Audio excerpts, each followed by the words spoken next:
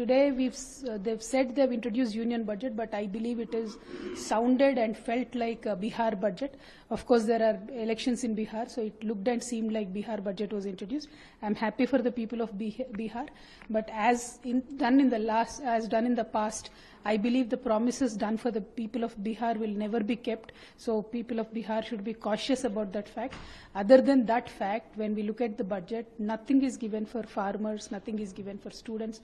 Only 2.53% of union budget is given for education, which is very, very less. At least 6% should be given. Nothing is, no relief is given to the handloom workers. This is the first time ever, even Britishers never taxed our handloom industry. Modi government has taxed handloom industry, but there is no relief for them as well. Unfortunately, there is no mention of census. Very less budget is given to census. So whenever people talk tall about, Bharatiya Janata Party talks tall about reform, transform, etc., they should at least know how many people are there in this nation. Census should be immediately taken up. It is a shame to the nation that in the last 10 years of 2 terms of this Bharatiya Janata Party government, census was never taken up in this country.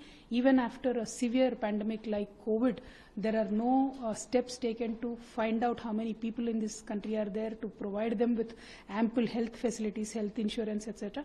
It is really unfortunate. And when I talk about my state, there is simply nothing to talk about. 8 MPs of BJP from here and 8 MPs of Congress from here, but yet Telangana gets a raw deal as usual in the budget, and there are no institutes like IIT or IIMs of national importance given to our state. So it is really unfortunate, and I feel very sad at this particular moment. But there is a provision of about 150 lakh crores of interest-free loan to be given to various state governments. I hope our Chief Minister, Mr. Revanth Reddy, will lobby very hard, work very hard to get at least a part of that to our state.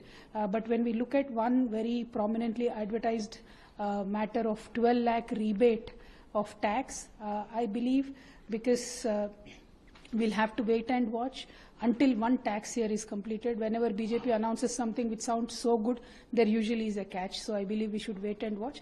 But there is a very persistent demand for women who are working in the government sector.